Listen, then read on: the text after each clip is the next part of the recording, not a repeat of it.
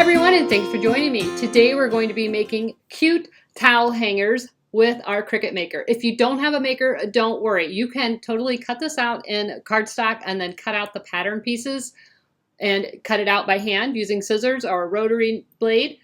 But these are super simple, and I think they would be a really fun gift set for the holidays or just to have in your home for the various holidays. As a matter of fact, I was thinking it would be fun to make like a set of one for Christmas, one for Thanksgiving, one for Valentine's, one for Easter, and give those as a set to somebody as a gift. So here are some of the examples of ones I've made. Now this was a flannel applique that I also cut out with the Cricut maker, and then I used the Easy Press and added the word peace. So this is sort of a Ray Dunn inspired towel hanger, and that will be great for the holidays as well as the fall. Here is another one, and again I used a towel with autumn blessings cut out in foil with the Cricut maker and then used the Easy Press to apply it. This is also Cricut fabric up on top, and with each towel you can get two, most of the towels anyway, you can get two hangers out of it because you cut it right in half. So I made the other half just plain, so that would be a great one for the fall. This one will be really fun for Easter or summer. I think I love the floral ones. This one, and again, these are just, this was a towel that I picked up at the Target dollar spot last spring. And with the other half, I made this one and I added some cute pom-pom trim on the bottom.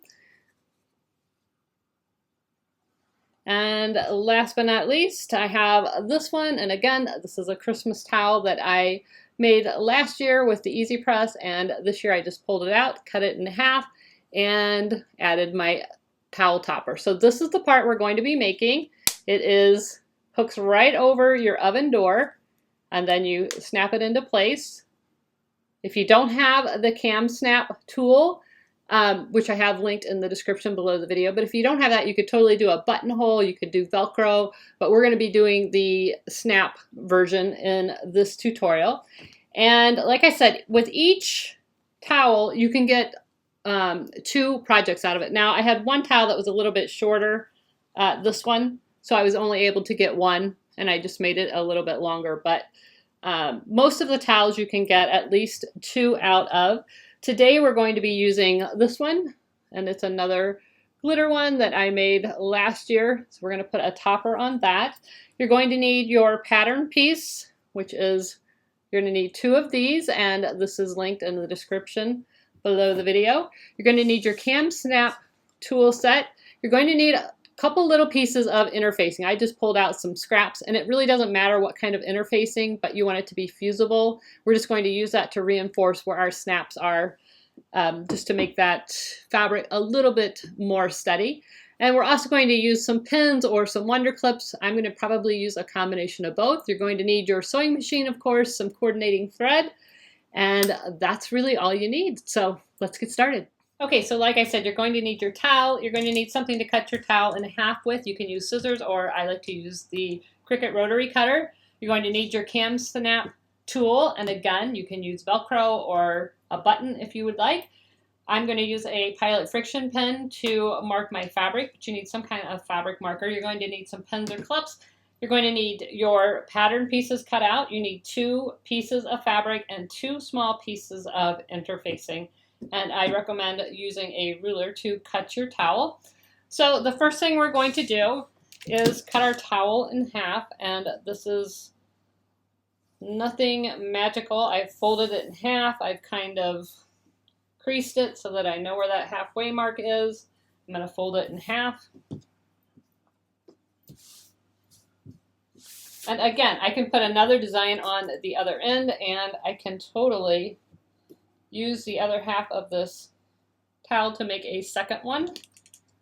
But since I already have this one done, I'm just going to use this. And we're just going to cut that right in half. We'll put this half away for another project. So the first thing we're going to do is take the towel over to your sewing machine. Put your sewing machine on the longest stitch that you have. Mine is a 5. Yours might be a 4. And you're just going to sew a stitch all along this top edge. You can actually do 2 rows if you want, but make sure you leave thread tails at the beginning and at the end. You want to have, we're going to use that to gather our fabric, to gather the towel up to fit into the holder. So you need those threads at the end so that you can pull on them. So I'll go ahead and do that and you'll see what I mean. Okay, so you can see I've sewn right along that top edge and I left very long thread tails on both ends. And what you're going to do is grab the top thread or the bottom thread, either one. I've heard it's easier to do the bottom, but I can't tell the difference. And you're just going to very carefully push the fabric down on through the thread and gather it. And you can do it from both ends. Just keep working from, if you're using the top, stick with the top. You can't pull both. And if you use 2 lines of stitching, you're going to pull on both top threads from one end. So you're just going to gather it something like that. And it is about, let's see, 1, 2, 3, 4. I got it gathered to about 6 inches. We're just going to leave it like that for now. Set that aside. Now we're going to take our 2 pattern pieces. We're going to put them pretty sides together. And they should look something like this. And what you're going to do is take it over to your iron. You're going to flip one side up 1/4 of an inch and press. And then turn it over. Lift the other side up so that it matches perfectly and press. I've already done mine, obviously. So the next thing to do after you have both of your ends pressed up is we're going to apply our interfacing, and I'm going to put one right here towards the bottom in the center and one right here. Now all we're going to be doing is using that to put our little snap in, and that's just going to reinforce the fabric. So it doesn't need to be this big. I just cut a couple scraps and that's what I'm going to use. So we're going to press that into place. Okay, so now we have our 2 pattern pieces. Both of them have a 1/4 inch turned up, and we've got interfacing on the top and bottom center of one of our pieces. Now we're going to put them right sides together and line them up perfectly. And then you're going to take it over to the sewing machine and you're going to sew a 1/4 inch all the way around the outer edge. Do not sew across the bottom, but sew from here all the way around and back down. All right, so we've sewn all the way around. You probably see it better on this side. We've sewn all the way around a 1/4 inch around. And what you need to do now is just go right in on the curves and cut up to your stitch lines. Don't cut through, but just right on the curves. This will just allow the fabric to move better when we turn it right side out. If you have pinking shears, you can use those instead. It's just with a 1/4 inch, there's not a lot to cut with pinking shears, but definitely doable. And I'm just cutting little slits in the fabric. All right, once you have that done, you're going to reach inside and flip this right side out. Once you have that flipped right side out, use a bone folder or a pin or something and take it right along those seams and make sure they are pushed out all the way. That will make everything look a little more rounded and flat. And then take it over to your sewing machine and give it a nice press. Not your sewing machine, take it over to your iron and give it a nice press. That works much better. All right. So we've given this a nice press. Now, if you want, you can go ahead and top stitch around this edge. I actually find that the towel looks better. I've done it both ways, and let me show you what I mean. I top stitched around this one, and what happens is the towel can't go all the way to the edge. You see that difference if you do that? So I kind of like not top stitching. But if you want to, you can definitely do it. It's just it leaves that little bit on the edge where the towel can't get in there. But you can always top stitch it afterwards. Let me show you this. this one. This one I did not top stitch, and it has a much nicer finished edge on the end. But I could go back and top stitch now that it's done. So if you want to top stitch, go ahead. If not, you don't need to. All right, now we want to look inside and see which side has the interfacing. This is the side that has the interfacing on mine. So you want that side up. We're going to fold this in half. And I'm actually just going to, I'm going to finger press it a little bit, but just to make it easy, I'm going to line it up with this grid line on my self-healing mat. This is a Cricut self-healing mat. So I know that's where the center is. And then I'm going to line it up across the bottom. And I'm going to go up 1 inch approximately from the bottom, right on that line, and I'm going to make a little mark with my fabric pin. And then I'm going to go up here to that center mark, and about 1/2 inch from the edge, I'm going to make another mark. This is where our cam snap mechanism is going to go. So on the top one, you can use a foam core if you want. I like to just lift it up. I'm going to poke my hole right through both pieces of fabric. And I'm going to stick the tack part of the cam snack, I'm going to stick on the back so that it's poking up through the top that we've been looking at. And then I'm going to apply the back. The cam snap has 2 different backs. Just make sure you have one of each. It doesn't matter which one goes on which side. And then you're just going to lightly squeeze, and that one's attached. Now on this side, I don't want to go through both pieces of fabric. You can, it just makes it a little bit harder to install the towel, and I also like the way it looks on the back without the hole in the back. So what you're going to do here is just put your fingers in there, carefully poke your hole just through one side of the fabric, not both, and then reach inside, put the tack part on the inside so that just the peg is sticking up. And again, we're going to apply the other back, squeeze it in place, and double check.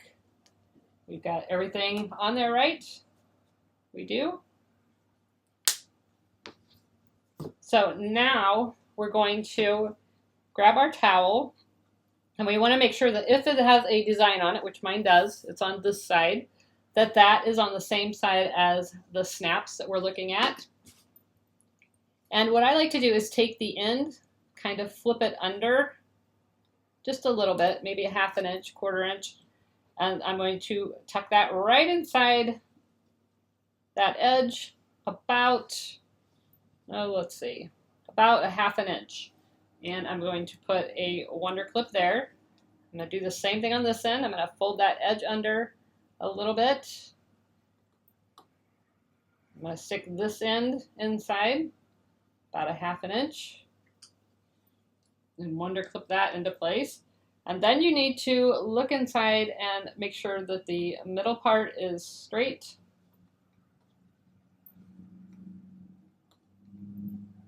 So here's our towel. That's the way it's looking. You might have to adjust your gathers a little bit.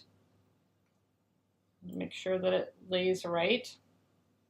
And then I find it easiest to use a straight pin in the middle just to keep it from moving while we sew it. And then once you have that pinned into place, flip it over and make sure that everything looks good from the back side as well. And I leave my gathering threads on until I'm done, otherwise it wants to unruffle. So see, I can see that this was sagging there in the middle. I want to make sure that that is nice and tucked up on the front and the back. Redo my pin.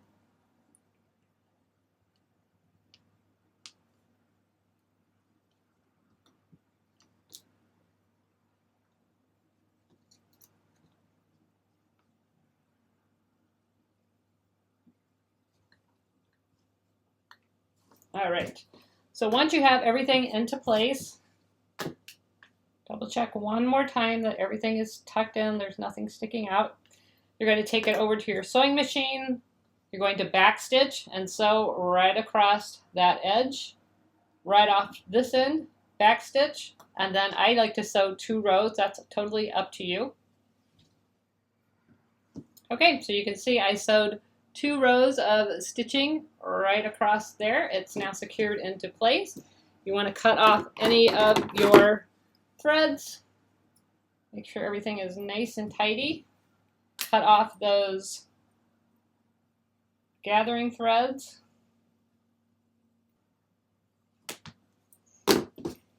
All right, once you have all your threads, you want to give it a nice press one more time. Be careful ironing around the cam snaps because they will melt. And there you have it, your holiday towel hanger. Or, like I said, I think these would be fun to make for just everyday occasions. Just make something florally and fun, or striped and fun, whatever goes with your home decor. I think these are super easy to make, really inexpensive, and a fun gift. I know my mom always had towels hanging, and my problem is I have all these decorative towels, and if they're not hanging from the stove, somebody will pick them up and use them inevitably to wipe the counter or something.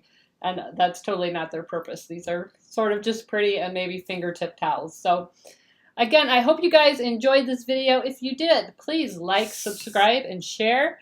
Don't forget to tag me if you make these on social media. I would love to see them. And until next time, never stop making. See ya. Bye.